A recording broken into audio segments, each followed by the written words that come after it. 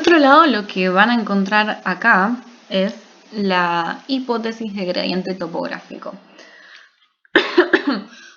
Con digamos, lo que van a observar acá es que el crecimiento, ¿sí?, de las células se realiza desde un conjunto topográfico hacia otro, es decir, desde un lugar hacia otro, desde la retina hacia el tectum óptico.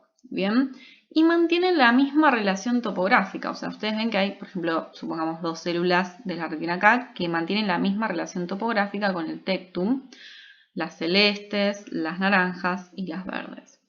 Lo que se suponía o se pensaba es que esta relación se mantenía, o sea, esta relación punto por punto, se mantenía por la hipótesis de quimioafinidad, o sea, porque había un marcador químico que hacía que la célula se desarrollara y creciera hasta el tectum óptico. Ahora, lo que se vio es que este mecanismo era más complejo gracias a distintas investigaciones. Por ejemplo, en este caso lo que hicieron fue lesionar las retinas o el tectum óptico de ranas o de peces maduros, y lo que veían es que cuando se lesionaba, por ejemplo, la mitad de la retina, las células restantes que quedaban, lo que hacían era dispersarse de forma ordenada en el tectum óptico, o sea que se dispersaban de forma que ocupaban todo el tectum, porque si ven acá, ¿cuál es la diferencia? O sea, tengo estas dos células en rojo y deberían estar ocupando este cuadrante únicamente y las naranjas este cuadrante acá abajo. Si siguiéramos como que, bueno, deberían volver hacia su punto original, ¿no? Pero en realidad lo que hacían no era volver a su punto original, sino que en este caso se distribuyen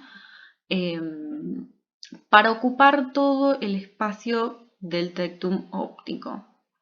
Y por otro lado también lo que se vio es que, bueno, si se lesionaba el tectum óptico y había una retina, digamos, intacta, las células que estaban en la retina y las células ganglionares lo que hacían era comprimirse para ocupar todo el espacio restante del tectum óptico.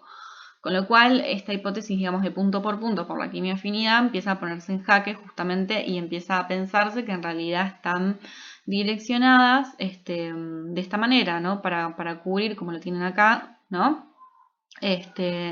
Como concluyendo que no crecen hasta su punto original de conexión, sino que crecen para cubrir el espacio disponible de manera ordenada.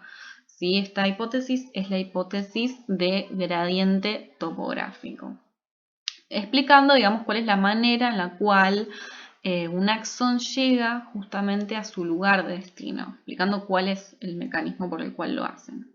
Bien. Por otro lado tenemos lo que es la diferenciación celular, acá es donde yo les mencionaba lo de los neuroblastos. Estos son los neuroblastos, bien que después empieza a crecer, bueno, el axón, las dendritas, y empieza a haber una diferenciación celular, dando lugar a las características de cada célula, sean en neuronas o sean células gliales, ¿sí?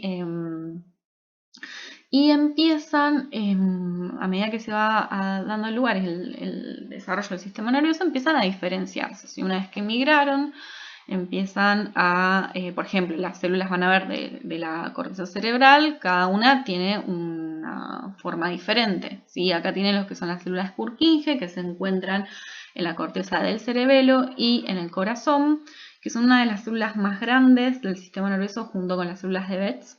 Y como ven, tienen una ramificación dendrítica muy compleja e importante, ¿sí? Mientras que hay otras células que son más pequeñas, ¿bien? Dependiendo cuál sea el lugar que ocupen y cuál sea la función que tengan. Por otro lado tenemos la formación de sinapsis. Si una vez que la célula se desarrolló, se diferenció, necesita entrar, incluso están agrupadas ya, entonces necesitan empezar a interactuar justamente con las otras células, y el mecanismo por el cual se comunican es a través de la sinapsis. Y lo que se vio es que la sinaptogénesis, o sea, la formación de nuevas sinapsis, es favorecida por la presencia de células gliales. En particular, se vio que los astrocitos favorecen la sinaptogénesis porque le brindan justamente a la célula en desarrollo colesterol. Y el colesterol favorece la formación de las nuevas sinapsis. Por otro lado, dentro de los mecanismos es importante tener en cuenta la muerte celular o la apoptosis, que es parte necesaria dentro del desarrollo del sistema nervioso.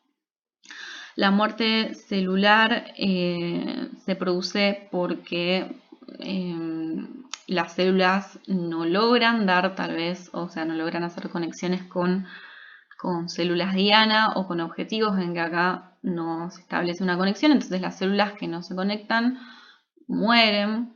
Y por lo tanto, además, cuando pueden, o no conectarse o pueden no tener, no poder competir por factores tróficos. Si las células objetivo lo que le dan a las células en desarrollo es ciertas sustancias químicas, como por ejemplo la neurotrofina, que es un factor de crecimiento que lo que favorece justamente el desarrollo y la supervivencia de la célula y favorece también la sinaptogénesis. Entonces, cuando no puede la célula acceder a la neurotrofina, muere. Y antes se creía que era un proceso pasivo por el cual, no accede la célula y muere pasivamente. Y lo que se vio es que es un proceso activo por el cual cuando la célula no accede a la neurotrofina se producen una serie de cambios genéticos que dan lugar a el suicidio de las neuronas. Por lo tanto, la muerte celular, la apoptosis en particular, es una muerte de tipo activa. Y también se encarga, es necesaria porque se encarga de esculpir el sistema nervioso, ¿sí? Y de eliminar conexiones que no son correctas. También lo que van a tener es que hay ciertas sustancias químicas naturales en el cerebro que van a producir la muerte neuronal y que esto es necesario para justamente darle forma al sistema nervioso. Acá lo que tienen es que, por ejemplo, ven cómo ciertas células, por ejemplo, en primer lugar establecen sinapsis, por ejemplo, está azul con distintas neuronas. Y luego, a medida que se va dando lugar al desarrollo, empieza a haber una mayor selectividad y la neurona empieza a establecer contacto con estas dos ya.